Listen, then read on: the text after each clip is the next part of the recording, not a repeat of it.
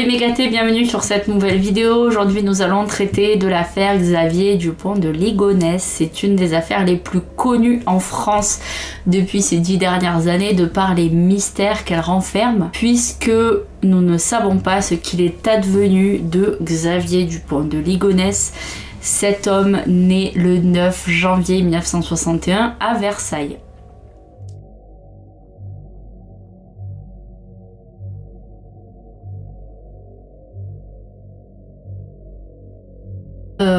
Durant cette vidéo, je vais vous parler en détail, le plus possible en détail, de l'affaire Xavier Dupont de Ligonnès, et on va inclure dans cette histoire, dans ce récit, de la psychogénéalogie et de l'étude de prénoms, car je trouve ça extrêmement intéressant. Vous allez voir ce que j'ai pu trouver au cours de mes recherches, ce qui va faire que vous allez découvrir cette histoire un petit peu sous un nouveau jour, et nous traiterons par la suite dans une semaine sur une nouvelle vidéo de tout ce qui est les mystères de autour de sa disparition, et j'utiliserai les cartes à ce moment-là pour voir un petit peu ce qu'on apprend de plus sur l'affaire Xavier Dupont de Ligonnès, savoir si les cartes nous annonceraient plutôt une fuite de Xavier ou un décès, et si oui, dans quel endroit serait-il ou caché ou décédé, etc. etc.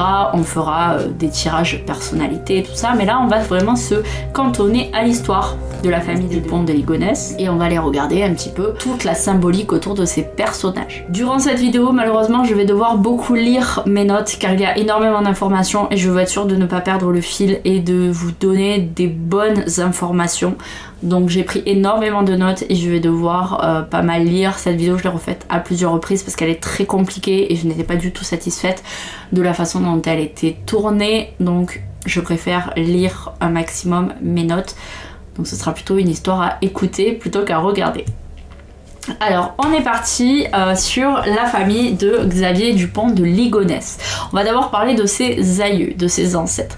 Donc les Dupont de Ligonnès sont une famille issue de l'ancienne noblesse française qui vivait du côté d'Annonay dans le Vivarais et ont ensuite émigré un peu plus au sud au niveau du Gévaudan. Il faut savoir que par les actes qui ont été perpétrés par Xavier Dupont de Ligonnès, la lignée des Dupont de Ligonnès s'est éteinte, puisqu'il ne reste qu'un seul Dupont de Ligonnès mâle, mais cet homme n'a pas d'héritier. Donc Xavier, en emportant ses fils avec lui, de l'autre côté, il a éteint complètement la lignée de sa famille. Peut-être que c'était aussi quelque chose pour lui d'important de bien tuer tous ces garçons, puisque vous allez voir par la suite que son fils aîné Arthur n'était pas son fils de chair, c'était son fils adoptif, mais il aurait pu du coup le laisser survivre à cette abominable tuerie pour le laisser faire sa vie, mais comme il portait le nom des de Ligonnès, il a très certainement vraiment insisté entre guillemets dans le fait de l'inclure dans cette tuerie pour être sûr que le nom des de Ligonnès ne soit pas entaché par ces crimes et ne puisse plus être transmis. Sachant que Xavier n'est pas fils unique, il a deux sœurs, mais étant des femmes, lorsqu'elles vont se marier ou lorsqu'elles se sont mariées, elles ont abandonner leur nom de Dupont de Ligonnès au profit du nom de leur mari, et ainsi leurs descendance ne porteront pas non plus le nom des Dupont de Ligonnès. Lors de mes recherches, j'ai pu voir que les Dupont de Ligonnès, les aïeux, étaient des personnes avec des positions sociales assez importantes. Les femmes, déjà, Dupont de Ligonnès étaient des femmes religieuses, très pieuses, qui étaient très investies dans les paroisses dans lesquelles elles étaient, qui étaient des femmes connues et reconnues pour leur côté extrêmement religieux et extrêmement droit.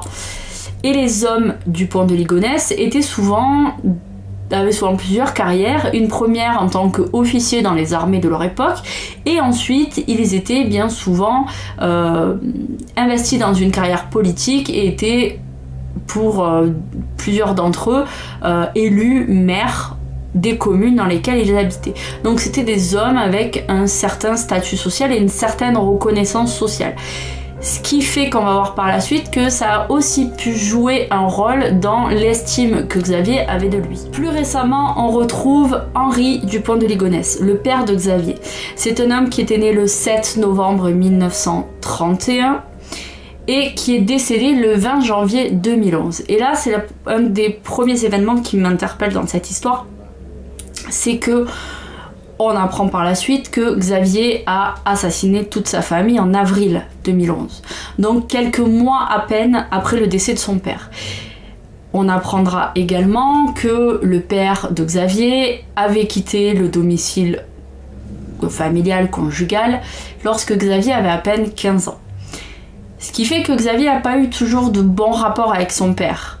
Mais Xavier n'en restait pas moins le fils de son père. Ce qui fait que j'ai l'impression, j'imagine, que Xavier avait prémédité son acte depuis bien longtemps. En tout cas, dans sa tête, il s'était déjà sûrement imaginé qu'un jour, si ça tournait au vinaigre, il abattrait sûrement sa femme et ses enfants. Et on en a eu la preuve après, parce qu'on a retrouvé des écrits de Xavier à ce sujet-là. Mais il ne passait pas à l'acte, peut-être parce qu'il avait une espèce de garde-fou qui était son père, qui était toujours en vie. Mais à partir du moment où son père décède, je pense que les chevaux sont lâchés, le garde-fou est levé et on lâche clairement les fauves au milieu de l'arène, et ce sont des fauves clairement sanguinaires qui vont faire des actes terribles, et c'est là que les fauves à l'intérieur de Xavier se réveillent et sont sans limite, clairement. Donc je pense que si son papa n'était pas décédé à ce moment-là, Xavier aurait sûrement encore attendu avant de passer à l'acte. Je pense vraiment que cet événement n'est pas anodin dans le timing du crime. Je voudrais aussi dire une chose, c'est que je parle de Xavier aujourd'hui comme la personne ayant commis ces actes absolument horribles, mais jusqu'à preuve du contraire, il est toujours présumé innocent. Donc bon, même si tous les éléments qu'on a, que la justice a en sa possession nous portent à croire que c'est quand même lui qui a perpétré ces assassinats, il n'en reste pas moins pour le moment présumé innocent. C'est comme ça aux yeux de la loi. Mais je pars du postulat que c'est lui qui a perpétré ces actes. Ensuite, on va parler maintenant de Geneviève Dupont de Ligonnès, née sous le nom de Geneviève Maître. C'est une femme qui va naître à Versailles en 1930, je n'ai pas trouvé la date exacte. Elle se mariera donc avec le père de Xavier, et ensemble ils auront 3 enfants. Xavier aura une sœur aînée, Véronique, qui naîtra en 1956. Et ensuite, il aura une sœur cadette, Christine, qui naîtra, elle, en 66. Et comme j'expliquais, lorsque Xavier avait 15 ans, son père a quitté le foyer et est parti faire sa vie.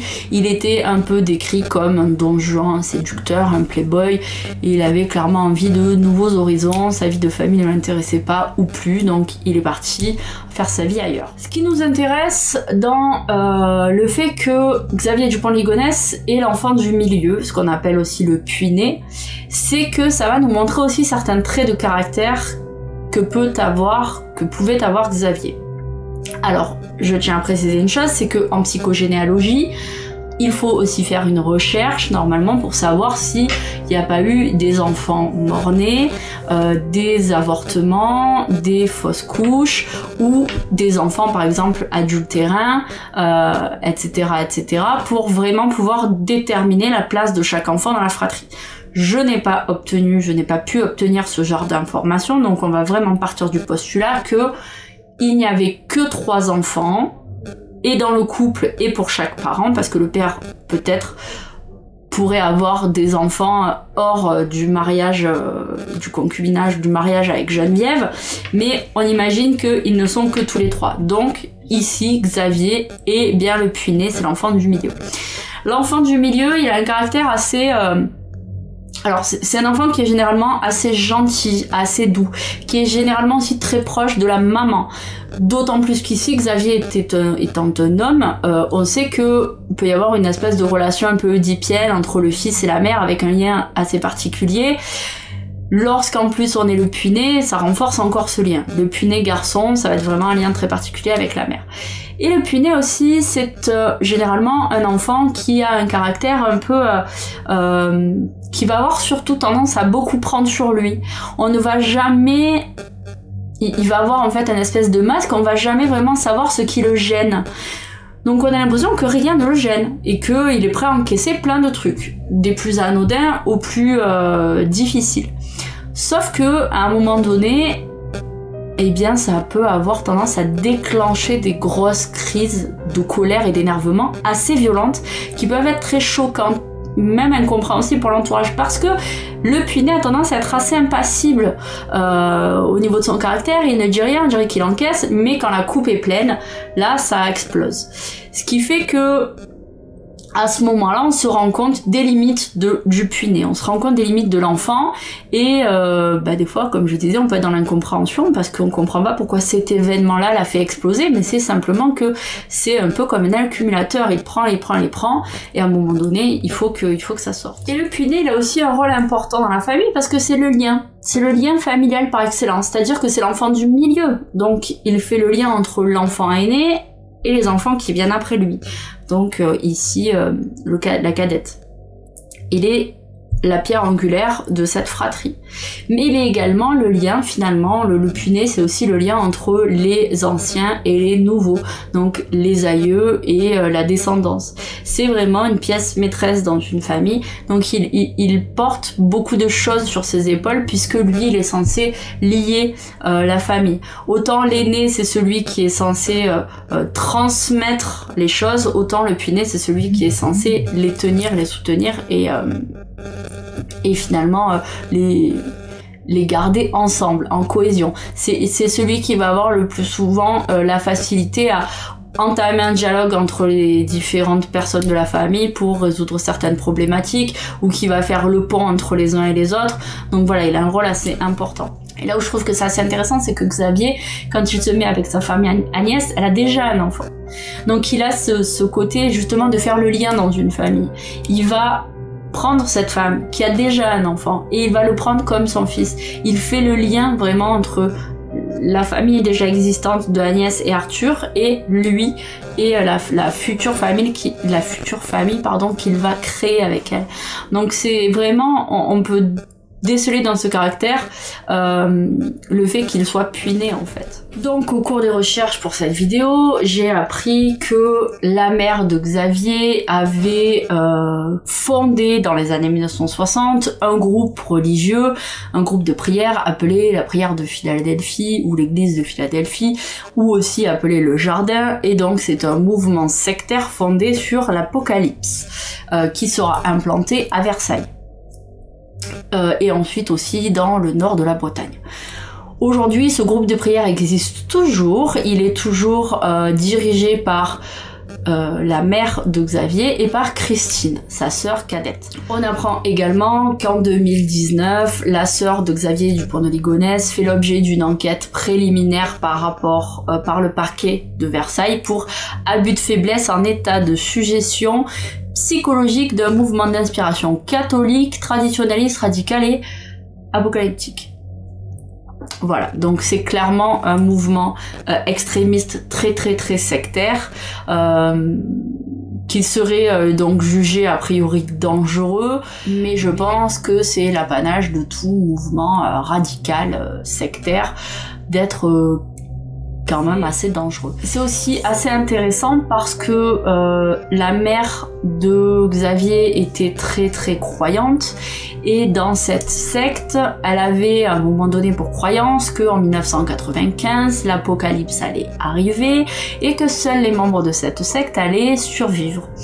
Ce qui fait que Xavier a grandi avec cette idée-là. Et en 1996, l'apocalypse n'est pas arrivé, preuve en est, vous regardez cette vidéo, et Xavier à ce moment-là a eu vraiment une prise de conscience qu'on lui avait menti et on lui avait inculqué toute sa vie que Dieu existait, et à ce moment-là, il s'est dit que Dieu n'existait pas, il a perdu la foi et Il a essayé tout au long de sa vie de la retrouver parce qu'il était entouré de personnes qui étaient extrêmement croyantes, extrêmement pieuses, que ce soit sa mère, ses sœurs, sa propre femme, ses enfants. Mais lui, ayant vécu cet événement qui a été clairement traumatique pour lui, parce que toute sa vie on lui a dit qu'il allait avoir l'apocalypse, et à un moment donné, bah ça n'arrive pas, on lui a menti, tout ce qu'on lui avait inculqué s'effondre, comment avoir à nouveau confiance, etc. Donc ça a été assez compliqué pour lui. Alors je cherche pas des excuses, mais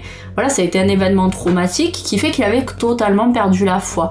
Mais respectait toujours les croyances de sa mère, de sa sœur et des gens de cette secte, mais aussi les croyances de sa femme.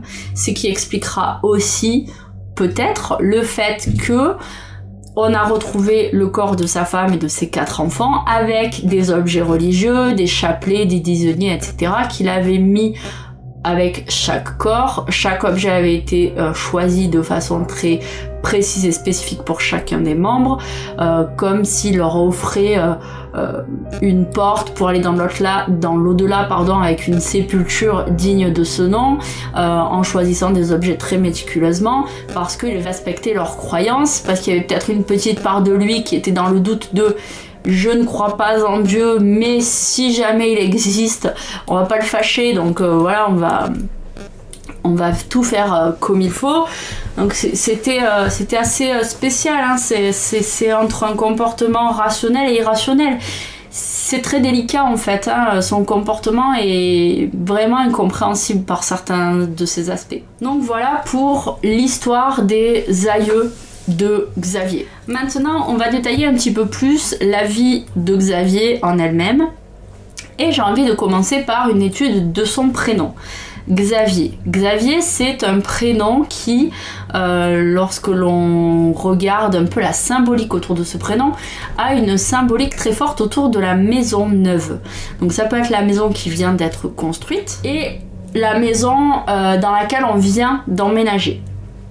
Et lorsqu'on étudie tout ça, on se rend compte que c'est une problématique qui peut intervenir entre le fait de venir vivre dans ce nouvel habitat et la relation qu'on va avoir avec ses aïeux. Et les Xavier peuvent avoir tendance à créer des problématiques autour de cette maison, et on va retrouver parfois des hommes qui, une fois leur maison construite, une fois leur nouveau domicile bien habité, bien préparé, dans lequel on est censé se sentir bien, vont avoir tendance à quitter le domicile et par respect pour leur entourage vont ne pas donner d'explication. Alors ça peut paraître très bizarre, mais pour pas les vexer, pour pas les blesser, ils ne vont donner aucune explication, ils vont partir du jour au lendemain. Ou créer des problématiques familiales autour de ça. C'est-à-dire qu'on peut avoir dans sa descendance, par exemple, des hommes ou des femmes qui quitteraient leur domicile conjugal du jour au lendemain sans donner d'explication, sans même eux-mêmes savoir pourquoi ils ont ce comportement, mais parce que dans leurs aïeux, il y aurait eu un Xavier qui aurait eu déjà des problématiques autour de ça. C'est un peu complexe, mais voilà. Et du coup, je trouve ça assez intéressant parce qu'on voit que Xavier venait d'emménager dans cette maison avec femme et enfants, dans laquelle ils étaient censés avoir une belle vie. Sa femme avait trouvé un super boulot dans un complexe d'école catholique, elle avait un bon travail, ses enfants étaient aussi dans des écoles catholiques, lui était censé avoir une bonne situation professionnelle, tout était censé être bien, et il a préféré déserter, partir de la maison comme ça sans donner d'explication aucune, même s'il donnera a priori des explications à son entourage, mais chacun aura sa version. Pour les uns, il sera parti en Australie, pour les autres, il sera parti aux États-Unis. Mais en fait, on n'a pas d'explication réelle de pourquoi il a fait ça, pourquoi il a quitté sa maison. Et même à sa propre famille, à ses propres enfants et à sa propre femme, il n'aura sûrement donné aucune explication. Il les aura abattus, enterrés dans le lieu et sera parti. Personne ne comprend le pourquoi du comment, même si on se doute que les problèmes financiers qui poursuivent Xavier jusqu'au devant de sa porte, ils sont sûrement beaucoup pour quelque chose. Mais on retrouve dans l'étude du prénom Xavier les actes perpétrés par Xavier, c'est-à-dire quitter son domicile sans donner une réelle explication à son entourage. Et on découvre aussi que les Xavier peuvent avoir un problème de névrose de classe, c'est-à-dire que ils n'ont pas forcément le rang social auquel ils devraient avoir droit, de par peut-être leur nom par exemple. Xavier est un Dupont de Ligonnès. Dans ses aïeux, ses grands-pères étaient des hommes connus et respectés. Ils étaient maires de leur circonscription, ils étaient des anciens officiers de l'armée, qui étaient de grands voyageurs, qui se déplaçaient, qui allaient à la rencontre de leurs administrés, qui allaient à la rencontre d'autres personnes de l'armée pour échafauder des guerres ou des paix, etc. Et lui était un petit homme avec un grand nom, mais qui, a priori, au vu de ce que l'on apprend, n'avait pas du tout une situation qui correspondait à son nom finalement, parce que c'était clairement, malheureusement, un raté dans sa vie professionnelle. Et c'est là qu'on en vient du coup à sa vie pro justement, où c'est un peu compliqué parce que il a été beaucoup entrepreneur. Alors d'abord, a priori, il était VRP, et puis il a créé plusieurs entreprises qui n'ont pas fonctionné. En cascade, les unes derrière les autres, elles ont fermé.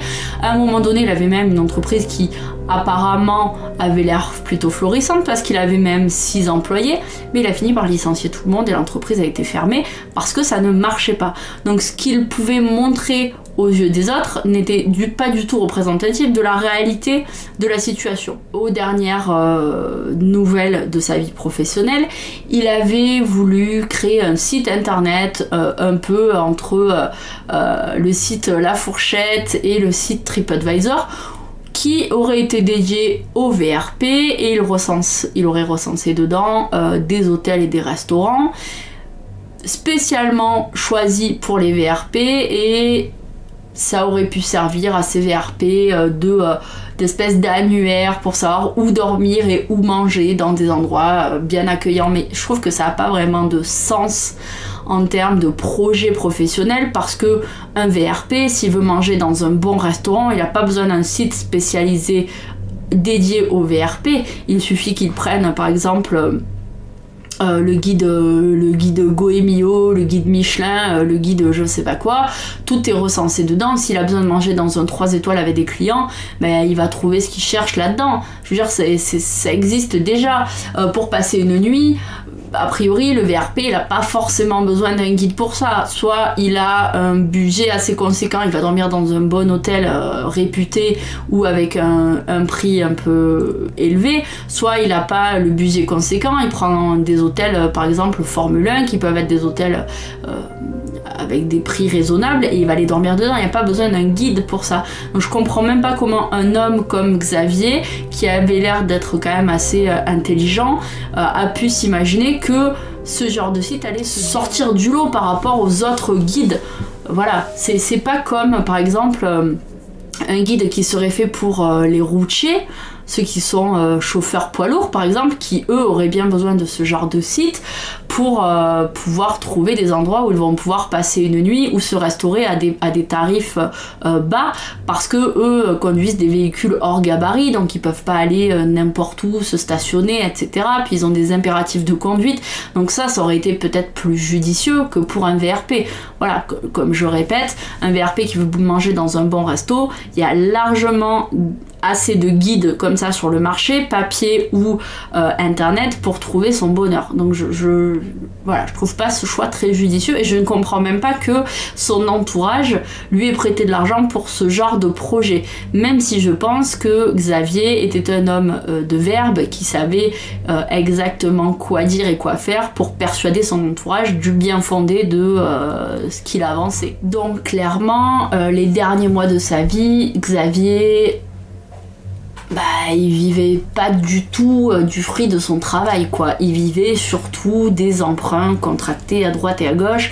Agnès avait reçu un héritage, il lui avait clairement dilapidé en prétextant investir dans ses entreprises. Il avait contracté des dettes auprès de certains de ses amis.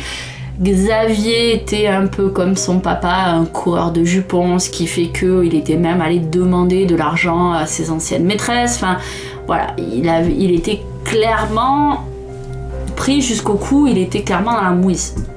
Voilà, on peut pas dire ça autrement. Ce qui a sûrement aussi donné l'élan à Xavier de vouloir éliminer toute sa famille pour ne pas aussi, si lui venait à se suicider, pour ne pas leur faire porter le poids de ses dettes. Quelque part, on pourrait presque imaginer que c'est un acte altruiste, hein, notez bien ce sarcasme, mais je trouve ça assez fou, et en même temps, c'est un acte extrêmement égoïste, parce que plutôt que d'assumer les bêtises, pour pas dire autre chose, qu'il a fait tout au long de sa vie professionnellement, il a préféré éliminer tout le monde. Comme ça, ni vu ni connu, il n'a pas besoin de s'expliquer une fois de plus. Donc maintenant, passons à l'épouse de Xavier, Agnès. Agnès, c'est une femme qui est née le 9 novembre 1962 à Neuilly-sur-Seine. Son nom de famille, son nom de jeune fille, c'était Audanger. Je sais pas si ça se dit comme ça, mais en tout cas ça se lit comme ça, Audanger. Et je trouve que son nom de famille est assez symbolique et significatif parce que son propre nom de famille lui stipulait qu'un danger allait lui arriver, un danger important. C'est comme une exclamation « Oh, danger, attention !» Alors ça peut paraître très... voilà, bas de plafond, ce genre de réflexion, mais en psychogénéalogie, ça a aussi son importance, l'étude des noms de famille, voilà, au niveau généalogique, au niveau de ce que ça nous apprend. Et en se mariant avec Xavier Dupont de Ligonnès, là où c'est fou, c'est qu'elle perd ce nom de Audanger, donc elle perd ce côté dangereux dans sa vie, au profit en plus d'un nom de la bourgeoisie, de l'ancienne bourgeoisie française, de l'ancienne noblesse française. Donc elle devient une Dupont de Ligonnès et finalement elle se marie avec le plus gros danger de sa vie, cet homme qui lui fera encore 3 enfants et qui finira par l'assassiner. Je trouve ça assez fou. Donc Agnès, malgré tout, c'est une femme qui est issue d'une bonne famille, d'une bonne lignée, si on peut dire ça ainsi, puisque dans sa famille, ils sont tous ou avocats ou architectes. Donc c'est des gens ayant un certain niveau d'études et sûrement un certain renom dans leur milieu, dans leur entourage. Hein. Voilà, on va pas se leurrer. Et elle finit par se marier avec Xavier, qui est donc de Ligonnès, mais qui finalement, même si son nom est évocateur d'une certaine réussite sociale, lui est clairement un raté professionnel. Donc c'est assez antagoniste comme situation. Elle a rencontré Xavier dans les années 1980 et elle, dès son plus jeune âge, c'est une femme extrêmement pieuse, très portée sur la religion, mais malgré tout, elle aura un premier fils hors mariage avec un homme dont on ne sait rien. Je n'ai rien trouvé sur cet homme, donc je ne sais pas si c'est un enfant qui est né d'un premier amour de Agnès et d'un homme X, ou si c'est un enfant qui est né à la suite de quelque chose qui n'était pas consenti. Voilà, donc ça je ne sais pas. Donc Agnès rencontre Xavier dans les années 1980, chacun fait sa vie de son côté, Agnès devient maman, Xavier se met avec une femme, il est prêt à l'épouser, finalement ça ne se fait pas, il retrouve Agnès quelques années plus tard, elle est mère, et il décide malgré tout de créer ce lien familial et de l'épouser en 1991. Donc il se retrouve en 90, le petit Arthur naît. En 91, Xavier épouse Agnès. En 92, il adopte ou il reconnaît le petit Arthur comme étant son fils, ce qui fait que le petit Arthur portera le nom des Dupont de Ligonnès sans être le fils légitime de Xavier. Là où c'est intéressant lorsque l'on étudie le prénom Agnès. Agnès, ça veut dire littéralement en latin la pureté, exactement la chasteté. C'est la représentation de l'agneau, agneau, Agnès. Donc l'agneau c'est quelque chose de très pur. Et lorsque l'on recompose en plus l'anagramme du prénom Agnès, on obtient le mot ange. Ce qui est assez triste lorsque l'on regarde rétrospectivement le fait que cette femme est a rejoint les anges à peine 48 ans avec ses 4 enfants dans une façon des plus terribles qu'il soit. Dans l'ancienne époque, après la naissance de Jésus, on aura une certaine Agnès, âgée de 12 ans, qui était extrêmement pieuse elle aussi, et dont on voulait absolument la marier, mais elle refusait. Elle voulait se consacrer au Seigneur qui était pour elle le seul et unique amour de sa vie. Donc ses parents ont décidé de l'envoyer au bordel en espérant qu'elle se dévergonde un petit peu là-bas et qu'ensuite elle accepte de se marier. Sauf qu'Agnès, elle voulait pas déroger à ses préceptes personnels, elle voulait rester pure, elle voulait rester chaste, et à chaque fois qu'un homme voulait l'approcher, il n'y arrivait pas. Physiquement, il n'y arrivait pas. Jusqu'au jour où une espèce de brute a réussi à approcher Agnès et à la toucher, et cet homme est mort foudroyé. Du coup, ça a été une espèce d'inquisition, on a pris Agnès et on a décidé de la sacrifier, donc on l'a tuée. Ce qui fait que le prénom d'Agnès est déjà un symbole de mort finalement, puisqu'elle a été tuée, et elle-même, ayant été touchée, a causé, on va dire, la mort de cet homme qui a voulu faire quelque chose qu'elle ne voulait pas. Et comme Agnès était éperdument amoureuse de sa foi chrétienne, de sa foi catholique, elle était éperdument amoureuse de Dieu, elle a été déclarée comme la sainte patronne des fiancés, celle qui voulait conserver l'entièreté de son être réservée à Dieu en fait. Elle voulait se préserver pour Dieu. Ce qui fait que Agnès du Pont de Ligonnès, elle était presque prédestinée malheureusement à rencontrer Xavier, puisque malgré le fait qu'elle ait eu un enfant avec un autre homme, elle était restée dans sa tête fixée sur Xavier.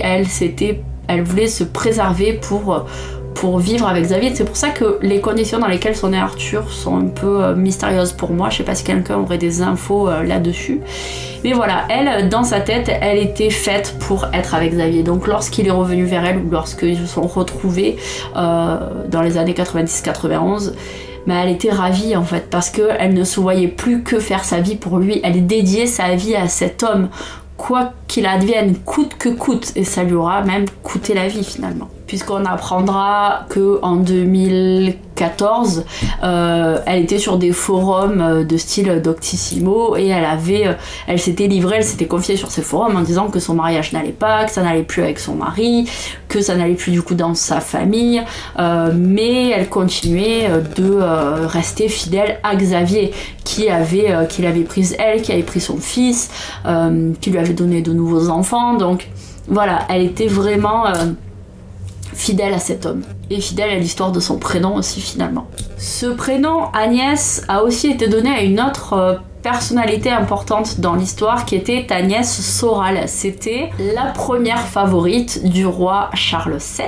Elle était surnommée la Dame de Beauté, elle était fidèle à Charles VII, elle l'aimait éperdument, elle ne pouvait pas être sa femme parce que son rang ne le lui permettait pas, mais c'était sa préférée, c'était avec elle, avec qui s'il avait pu, il aurait sûrement fait sa vie de façon officielle. Et là où ça devient un peu, encore une fois, étrange comme coïncidence, c'est que ce fameux Charles VII, c'était un homme qui était surnommé le roi fou. Parce qu'il alternait les périodes où il était totalement lucide et faisait des choses tout à fait normales et raisonnées, et les périodes où il était complètement barré, il faisait des choses qui étaient complètement stupides, irraisonnables, dangereuses, etc. Un peu comme notre Agnès du Pont de Ligonnès se retrouve mariée à un homme de la noblesse. Elle est toujours un peu... Elle est l'épouse officielle, elle par contre, mais elle est toujours un peu la seconde parce que Xavier a des maîtresses. Et elle est mariée clairement à un fou. Puisque, comme je disais avant, Xavier alterne les périodes où il fait des choses qui ont l'air, en tout cas, totalement sensées et normales, mais à côté, il est complètement fou et a des idées qui sont pas claires, pas logiques en fait. Et il fait des choses qui font que tout homme entre guillemets normal, homme ou femme, hein, commence à s'enliser dans des dettes, etc., va en parler à son compagnon ou sa compagne, va essayer de trouver des solutions avec son banquier, voilà, ne va pas s'enliser dans des mensonges, ne va pas nourrir ce cercle infernal, et à un moment donné va essayer de faire des choses pour s'en sortir. Xavier, lui, il n'a pas été raisonnable à ce moment-là, il a clairement réagi comme quelqu'un qui n'était pas capable de raisonner normalement et est parti dans un truc complètement fou qui a fini par amener sa famille à la mort. Donc voilà, je trouve que lorsqu'on juxtapose le calque de ces deux histoires, c'est assez étrange, une fois de plus. Maintenant, on va parler de Arthur, donc le fils de Agnès, qui a ensuite été adopté par Xavier.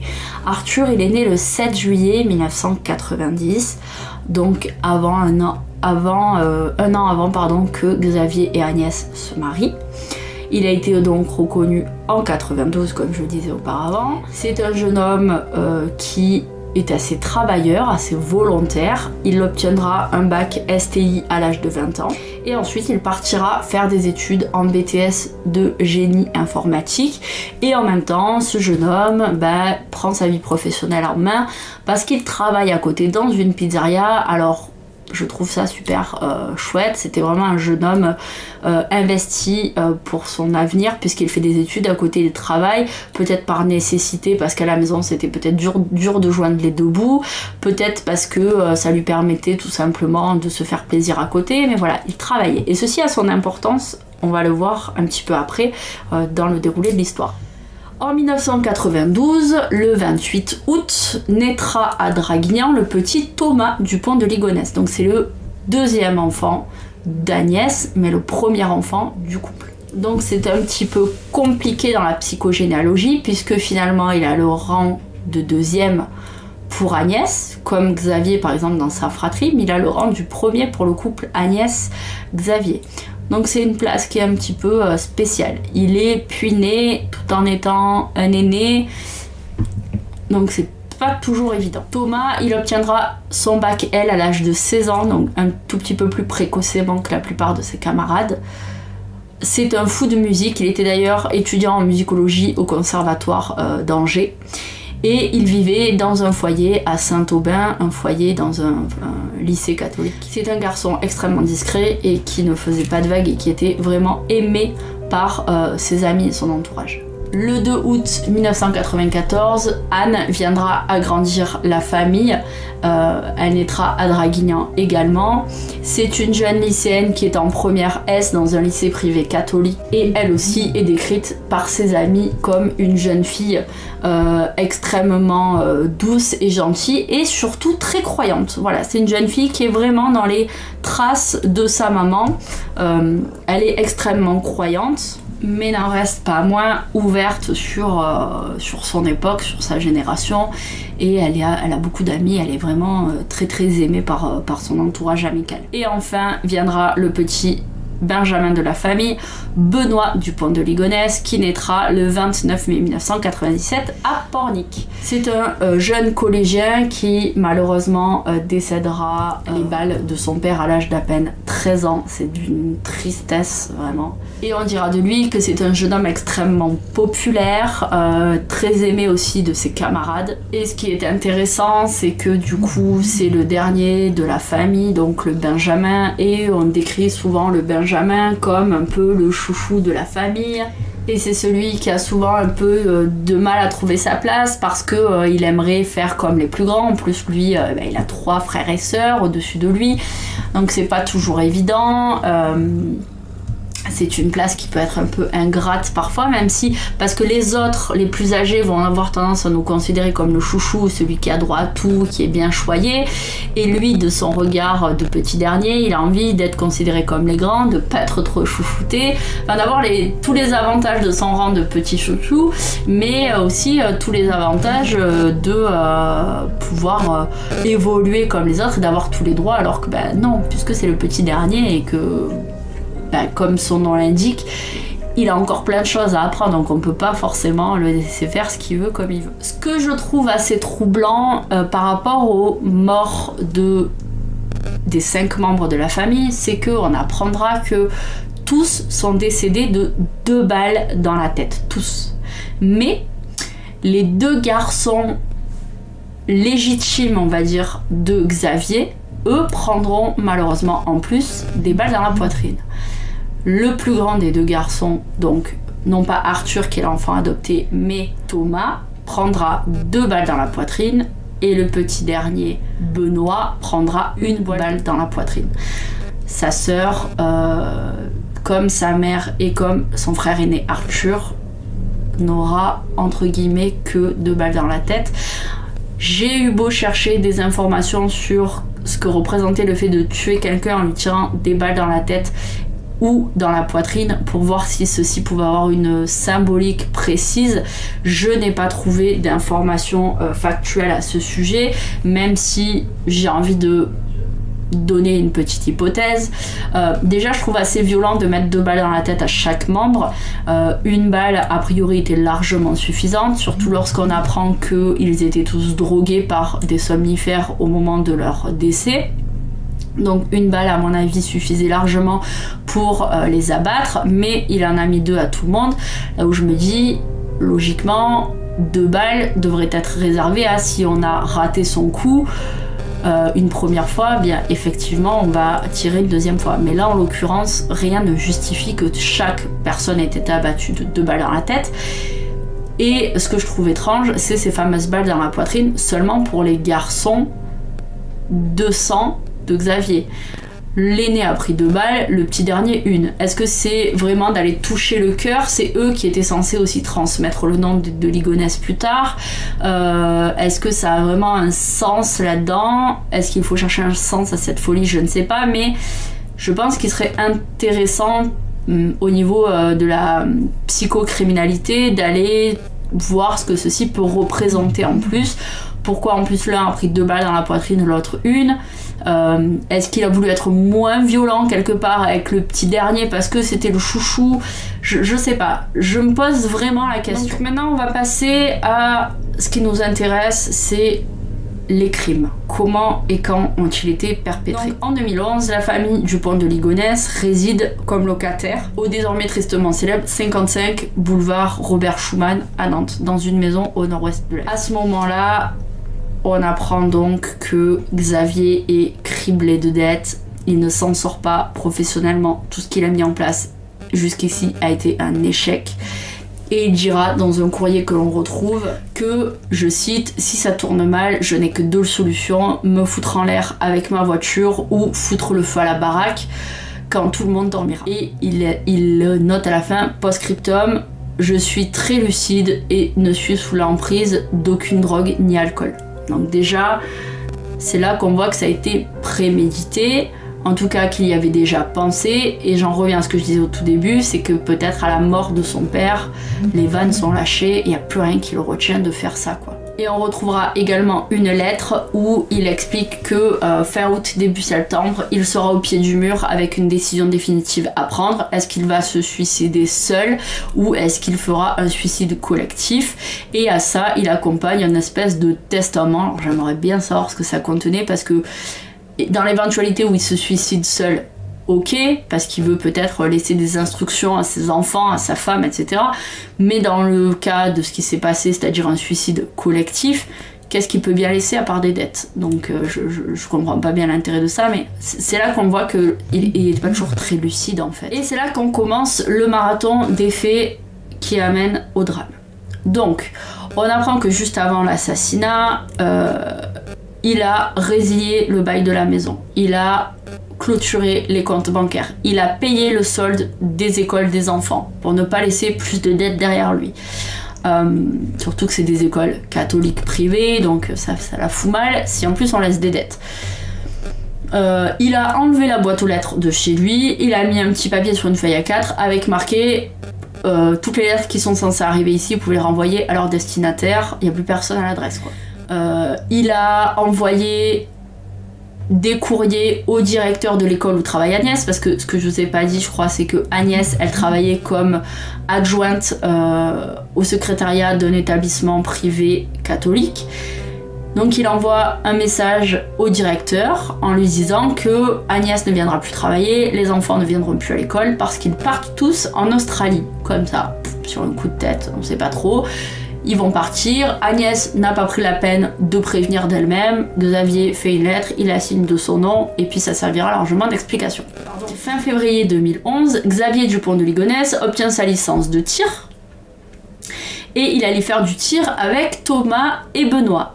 En mars 2012, on apprend que Xavier achète un silencieux et des balles, exactement des cartouches de carabine dans l'armurerie de sa ville, et il achètera également à la fin mars des sacs poubelles, des dalles de parquet en plastique adhésive, et il mettra tout ça de côté. Le 1er avril, Arthur quitte Saint-Laurent-sur-Sèvre où il étudie, et le soir, il ne se présente pas à la pizzeria où il travaille, alors que ce soir-là, il est censé venir récupérer son salaire. Donc, premier fait étrange, c'est que le patron de la pizzeria ne comprend pas pourquoi Arthur ne s'est pas présenté, parce que Arthur est un garçon qui est extrêmement consciencieux, qui vient toujours travailler, d'autant plus quand il doit venir chercher sa paye, il a toujours été présent. Donc, déjà, le patron trouve ça assez étrange. Et on apprendra également que ce jour du 1er avril, Xavier est allé acheter du ciment dans les magasins de bricolage autour de chez lui et des outils de jardinage comme une bêche. Le lendemain, Xavier achètera 4 sacs de chaux de 10 kg dans plusieurs magasins de la ville. Et le 3 avril, un voisin des de Ligonnès voit Agnès une dernière fois. Il voit également Xavier mettre des sacs dans sa voiture, et on sait que ce soir-là, Xavier, Agnès et les 3 enfants du couple partent au cinéma et au restaurant. À partir de là, on ne retrouvera plus personne, on ne verra plus personne. Ce soir-là également, Xavier appelle sa sœur comme il avait l'habitude de faire. Il tombe sur son répondeur et lui laisse un petit message en lui disant qu'il est allé au cinéma avec sa femme et ses enfants, et que peut-être ils auront l'occasion de se retéléphoner un peu plus tard dans la soirée. On apprendra par la suite que Anne et Benoît donc ne vont pas à l'école, et que la raison qui est donnée, c'est qu'ils seraient malades. Et dans la foulée, finalement, rétractation, c'est pas qu'ils sont malades, c'est qu'en plus on part en Australie, donc forcément ils vont plus venir mettre un pied à l'école. Très bizarre. Le 4 avril, Xavier appelle Thomas pour lui dire il faut qu'on parle, etc. On va manger au restaurant. Donc il l'amène dans un restaurant étoilé en plus.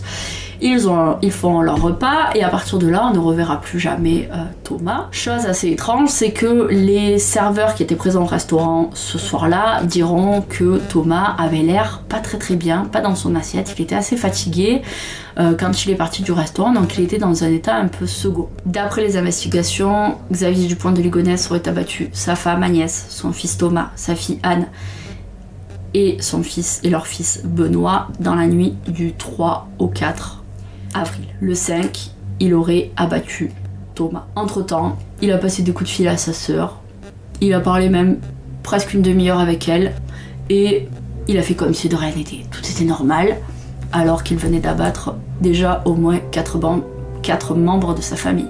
C'est assez fou quand même. Le 5, plus personne n'est présent dans la maison, et un huissier vient taper à la porte des de Ligonnès pour venir réclamer 20 000 €. Cet huissier de justice trouvera bien entendu porte close.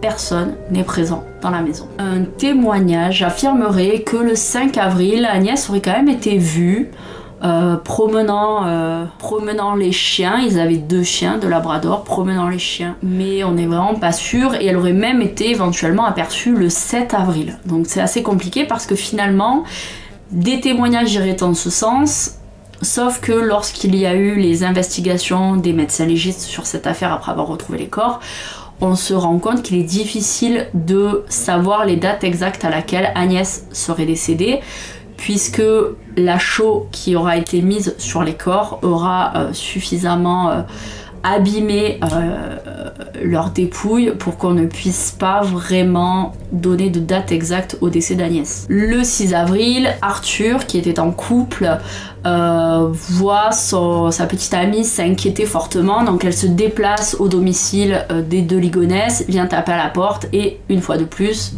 porte close, personne ne répond. Mais elle verra une lumière allumée au premier étage, donc ça l'intrigue quand même pas mal.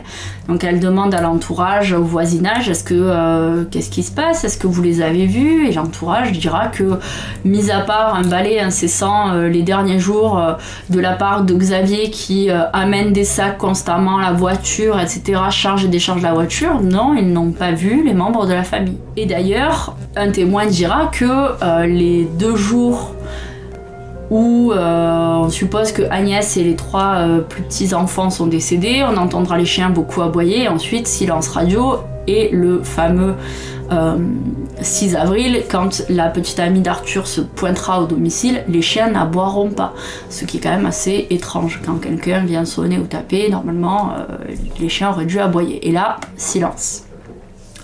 Le 7 avril, les voisins de Xavier et Agnès voient Xavier faire des allers-retours dans la maison. On aurait vu Agnès promener un des chiens, très étrange, alors que la veille, la petite amie est venue taper à la maison, elle n'a trouvé personne au domicile, les chiens n'ont pas aboyé. Je suis un peu perplexe au vu de ces informations, je ne sais pas, après... des chiens qui auraient passé quasiment 2 jours à aboyer non-stop, je suppose que lorsque ça sonne à la maison, ils aboient aussi. Sinon, s'ils sont éduqués à ne pas aboyer en temps normal, ils n'auraient pas passé 2 jours à aboyer. Je ne sais pas si vous voyez ce que je veux dire. Enfin, moi j'ai 5 chiens, j'ai du mal à comprendre en fait cette partie-là par rapport aux chiens. Le 8 avril, on voit que Xavier se connecte à un forum catholique, il envoie un mail à son beau-frère, donc le mari de Christine, il communique avec eux, il fait comme si de rien n'était, et il leur envoie un petit mot en leur disant que prochainement, il va leur envoyer des nouvelles, qu'ils s'inquiètent pas, voilà, il a des trucs à faire. Le 11 avril, le collège des 2 derniers enfants reçoit une lettre signé de Xavier qui donc leur explique qu'ils sont tous partis en Australie, qu'il a été muté pour des raisons professionnelles et que donc Agnès elle viendra plus travailler. Donc le directeur appelle Agnès mais personne ne répond.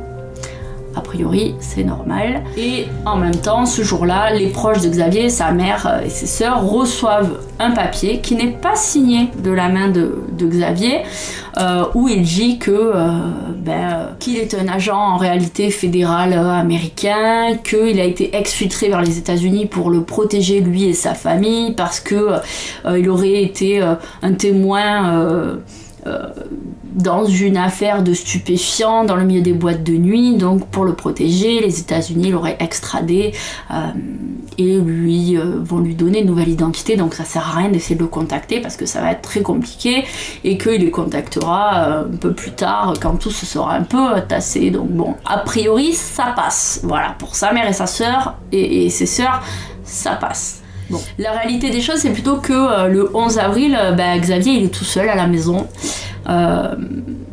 et carrément en fait il part, il déserte le lieu de domicile en donnant des excuses bidons à tout le monde. Et on apprend que la nuit du 11 au 12 avril, il va aller passer la nuit dans un hôtel première classe à Blagnac, du côté de Toulouse. Il va même payer avec sa carte bancaire. Il part avec sa voiture, un Citroën Picasso.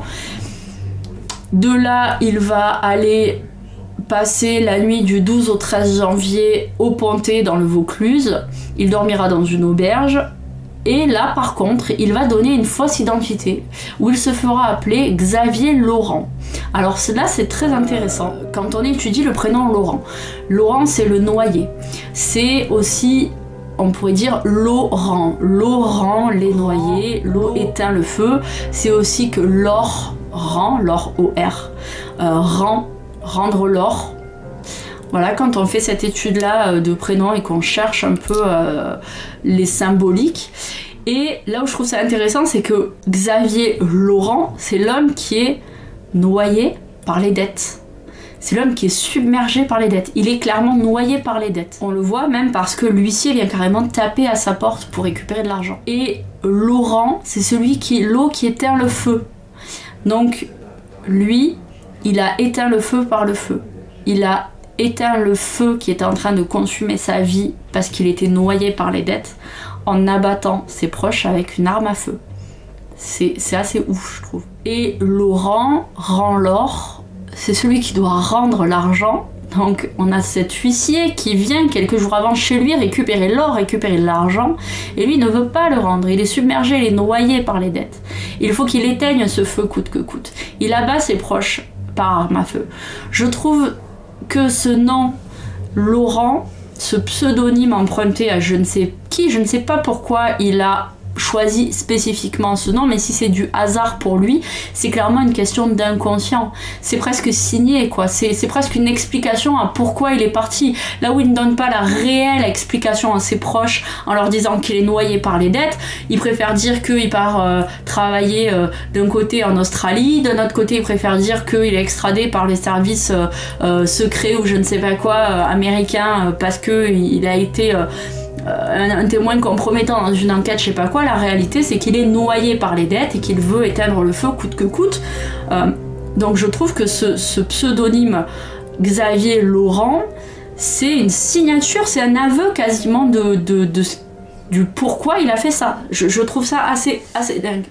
On continue donc. Le 13 avril, une couturière qui travaille dans la rue où habitent les deux Ligonnès commence à s'inquiéter parce qu'elle voit des personnes venir taper à la porte, notamment la petite amie de Arthur qui trouve porte close. Elle voit que la voiture de Agnès est toujours stationnée devant la maison mais que personne, il n'y a pas d'âme qui vive dans cette baraque. Personne ne sort pour aller acheter du pain, pour aller à l'école, pour aller travailler. Les volets de la maison sont fermés, donc elle commence à vraiment être assez suspicieuse. Elle décide d'appeler la police. La police prendra ça assez au sérieux, ils se déplaceront, ils feront venir un serrurier, ils rentreront dans la maison, verront que la maison est quasiment vide, elle est propre, pas mal de meubles ont été enlevés, comme si voilà il allait déménager. Ce qui fait que c'est peut-être ce qui explique que il transporte beaucoup de sacs, etc. Peut-être qu'il a vidé les armoires, il a vraiment enlevé beaucoup de choses de la maison. Il restait peut-être que les meubles qu'il pouvait pas déplacer, mais il a tout vidé. Ils rentrent, ils font un tour, rien de spécial. Ça a l'air d'être une famille qui est juste partie sans laisser d'adresse, sans réelle explication. Bon, on laisse faire. Et à ce moment-là, le peu d'investigations qui sont faites ne permettent pas de mettre en évidence qu'un crime a eu lieu dans le lieu. Donc, ça se passe. Et ça passe. Le 14 avril, Xavier, il va aller retirer 30 € à un distributeur. On pourra même le voir sur les cassettes de vidéosurveillance. Il ira retirer cet argent à Roquebrune-sur-Argence, toujours dans le Var. Il dort dans un hôtel Formule 1 à ce moment-là. Donc là, on sent que ça commence à être la déchéance encore plus financière parce qu'il passe d'endroits un peu huppés où il va manger, bien manger, etc. à finir sur un hôtel Formule 1 on va dire bas de gamme, hein. Et il sera vu donc par les caméras à ce moment-là, donc on sait vraiment où il était et à quel moment. Et le 15 avril, Xavier, il va quitter l'hôtel de Roquebrune-sur-Argence, il va laisser son véhicule sur place et il va disparaître. Et à ce moment-là, on perd complètement la trace de Xavier Dupont de Ligonnès. On ne sait pas ce qu'il est advenu de cet homme. Tout ce qu'on sait par contre, c'est que il est parti avec un sac à dos et des armes à feu. Est-ce que c'est pour se protéger, parce qu'il sait qu'il va être à un moment donné recherché et donc il veut peut-être se protéger au cas où une fusillade éclaterait? Est-ce qu'il veut se protéger parce qu'il veut aller se cacher dans la forêt ou je ne sais quoi et se protéger peut-être de bêtes sauvages, je sais pas, de sangliers ou quoi, je sais pas, ou est-ce que c'est dans l'intention de sauter la vie? Ça pourrait être la cause la plus probable du fait de partir avec des armes à feu. Le 19 avril, là, la police décide d'ouvrir une enquête pour disparition inquiétante et le 21 avril, les recherches sont lancées pour retrouver la famille au complet. Et là, c'est par un pur hasard qu'on va retrouver les corps des deux Ligonnès. Parce que, bizarrement, Xavier avait laissé un mot en disant qu'il était parti et avait dit vous occupez pas de la maison, il y a un tas de gravats dans le jardin, c'était déjà là quand on est venu emménager, donc laissez, je veux dire c'est pas grave, faites. Donc ça aurait déjà dû amené la puce à l'oreille, parce que pourquoi venir spécialement parler de ce tas de gravats? Il aurait pu parler des meubles par exemple qui étaient toujours dans la maison et qui n'étaient peut-être pas là à leur aménagement, donc c'était peut-être des meubles personnels de Ligonnès. Du coup à ce moment-là il fait presque un aveu en signifiant presque clairement où se trouvent les corps de sa famille, mais les investigations n'amènent pas la police sur ce tas de gravats. C'est vraiment le hasard qui fait qu'une femme policière se promène, on va dire, dans le jardin et elle voit une gamelle des chiens posée un peu bizarrement sur une espèce de butte. Elle est posée, puis par-dessus il y a des planches, des trucs. C'était très étrange en fait la façon dont sont disposées les gamelles ou la gamelle du chien. Elle trouve ça vraiment chelou. Elle vient, elle s'approche, elle regarde et là elle se rend compte que y a des sacs, il y a du ciment qui a l'air frais et elle voit des choses suspectes. Donc il déblaye et là ils se rendent compte qu'il y a les chiens qui sont morts et enterrés là. Et en faisant d'autres investigations, ils découvrent, il me semble, d'abord le corps d'Agnès. Donc là on comprend que quelque chose de très grave s'est passé, que ce n'est plus une simple disparition. Et au cours de ces investigations, on découvre les 2 chiens de la famille, Agnès, les 4 enfants, mais pas Xavier. Et là, on comprend que il y a vraiment quelque chose d'anormal. Ils n'ont pas été abattus par une personne extérieure, mais que probablement Xavier a fait quelque chose de très très grave. Donc il est recherché à ce moment-là. Les investigations des légistes vont mettre en lumière le fait qu'ils ont été, les 5 membres de la famille ont tous été abattus par arme à feu. Et on va même mettre en évidence quelque chose d'assez encore plus macabre, je trouve. Enfin, une cerise sur le gâteau du macabre, c'est que l'arme qui a servi à tuer les 5 membres de la famille, c'est une arme familiale, c'est une arme héritée au décès du père de Xavier. Donc en fait, en janvier, le papa de Xavier Dupont-Ligonnès décède, Xavier hérite d'un 22 long rifle de son père, et Xavier utilisera cette arme pour abattre toute sa famille. Je trouve ça assez fou. Et quand on regarde aussi un peu la symbolique de tout ça, ça a une portée très importante. Parce que cette arme, c'est un héritage. Et le seul héritage qu'il ait reçu, alors je sais pas si c'est le seul héritage, mais un héritage important qu'il ait reçu, c'est cette arme à feu. C'est pas de l'argent, c'est pas... voilà. Et il a décidé d'abattre sa famille et d'éteindre sa lignée avec un objet appartenant à sa lignée. C'est pas un fusil quelconque qu'il aurait acheté dans une armurerie. C'est une arme appartenant à sa propre famille. Je trouve ça assez fort. Et c'est pour ça que vraiment j'aurais aimé trouver des informations sur le fait d'aller abattre ses fils. En plus, avec, enfin, de les abattre. À mon avis, ils étaient déjà morts malheureusement avec les balles dans la tête, mais savoir pourquoi il l'aura tiré dans la poitrine. C'est vraiment très intéressant, je pense. Donc si vraiment quelqu'un a des ouvrages à me conseiller là-dessus qui pourraient répondre à ce genre de questions, je serais vraiment ravie de les avoir en commentaire. Parce que je pense que ça a son importance aussi dans la compréhension de ce récit macabre. Et là, ce qui est assez fou, c'est que malgré tous les éléments qu'on a, la mère et une des sœurs de Xavier sont persuadées que Xavier n'est pas mort, que ses enfants et sa femme ne sont pas morts, que ce ne sont pas eux qui étaient enterrés sous la terrasse, mais que ce sont des étrangers. Pourquoi ?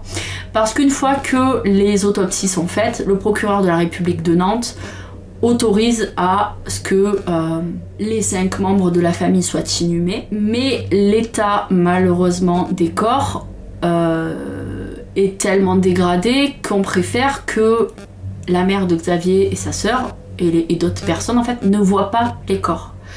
Donc dans leur tête, ben c'est pas eux. On n'a pas voulu leur montrer, c'est que c'est pas eux. Elles ont pas pu les identifier formellement, donc ça n'est pas eux. Et en plus, Xavier leur a dit qu'il était exfiltré aux États-Unis, donc ça n'est pas lui, ça n'est pas possible. Xavier n'a pas pu faire ce genre d'acte aussi horrible. Et ce qui peut-être entraînera aussi le fait qu'au moment de l'inhumation d'Agnès et de ses 4 enfants, eh bien la famille demandera une cérémonie extrêmement sobre. Et je trouve ça extrêmement triste. Alors je ne veux pas juger, mais moi qui ai 3 enfants, de mon œil de maman, même si je n'imagine pas ce que ça peut être que de perdre un enfant, je ne me vois pas enterrer un enfant sans fleurs et sans couronne. Et bien là, c'est ce qui s'est passé.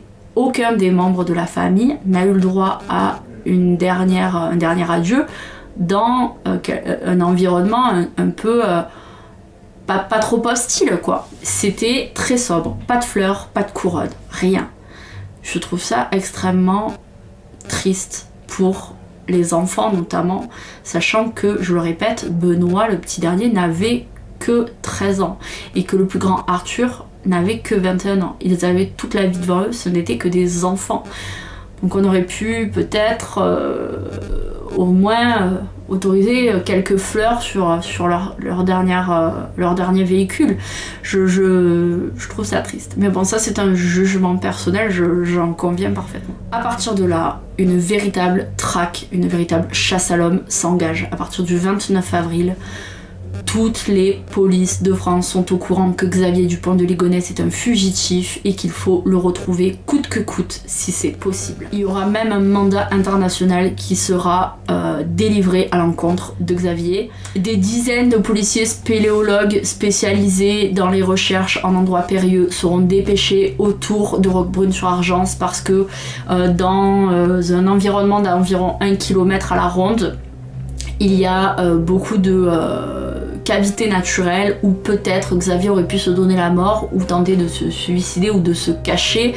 Tout aura été fouillé et rien n'aura été trouvé. Donc Xavier Dupont de Ligonnès a littéralement disparu. On ne retrouvera jamais son corps ou une piste pouvant nous amener à dire qu'il est toujours vivant et qu'il aurait pu peut-être quitter la France ou se cacher. Alors des investigations bien sûr étaient menées, il a été recherché dans des monastères autour de Roquebrune-sur-Argence, etc. parce que c'était un homme qui avait au départ une vie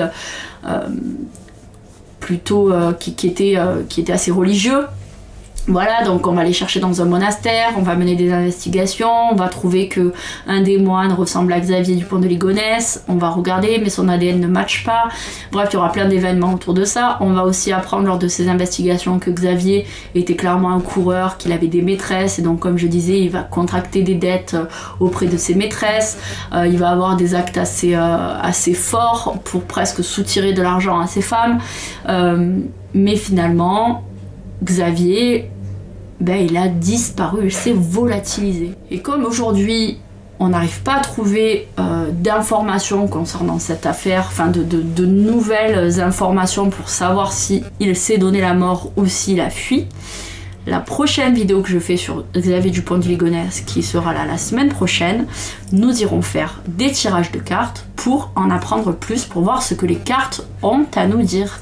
Donc je vous invite à vous abonner, à activer la cloche et à être au rendez-vous dimanche prochain pour voir un petit peu ce que l'on pourrait apprendre de plus sur cette affaire avec les cartes. Sur ce, je vous souhaite une belle semaine à venir, je vous embrasse bien fort et à très bientôt. Tu sais que nos guides savent tout. Ils m'ont dit que t'étais pas abonné sur tous mes réseaux sociaux. Alors juste avant de quitter la vidéo, tu t'abonnes à mon YouTube et ensuite t'as plus qu'à aller t'abonner sur les réseaux qui sont affichés là. Allez, sans rancune, gros bisous, à très vite.